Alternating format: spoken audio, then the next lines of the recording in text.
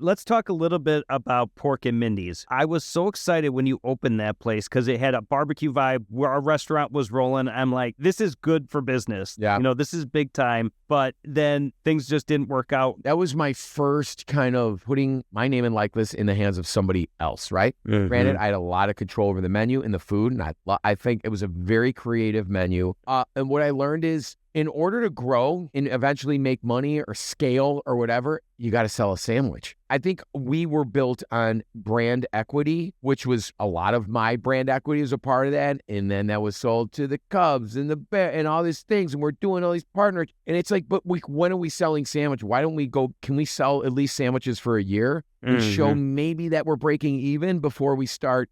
And I wasn't in these investor meetings. I never drummed up any capital from anybody, and anybody who's been burned by that, my ex-partner or the company, whatever, knows that, like, I was there selling the brand, you know what I mean? Like, to the public, or selling food or making food or working at the restaurant, which was like my favorite parts when we were like humming in the beginning, and it's like stressful and you're just trying to figure it out day by day and get better. My problem was like, then I got to leave for 2 weeks to go film, you know what I mean? Or I got to leave every 3 days, or so then I have to trust in others. So what I took away from that, other than not making a damn dime and learning, getting in some difficult conversations after the closing of it all, and kind of being a little sideswiped as far as me not knowing that the end was even near, or that the end even happened. I was like the last to know, and I was on a plane. It was, you want to like call and curse people out or whatever. And by the time I landed, I'm like, oh, okay, this bit the dust. And I think the biggest takeaway I had, other than like, don't take food service, hospitality for granted. Don't think just because you got a name, a clever, creative sandwich, that it's going to succeed. Like, there's so many other factors involved.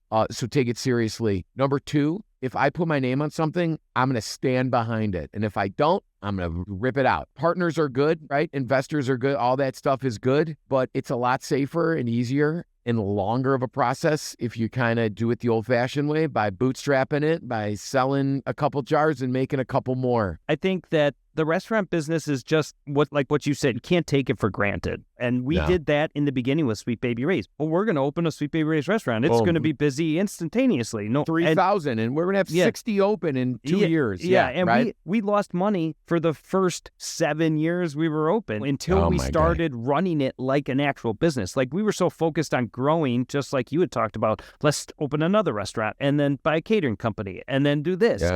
And until we took it seriously, like this is an actual business, it took till that point till actually we started being successful. You have to run it like a business from day one, and it's not always easy to do when there is money flowing around and you have investors and everything like that.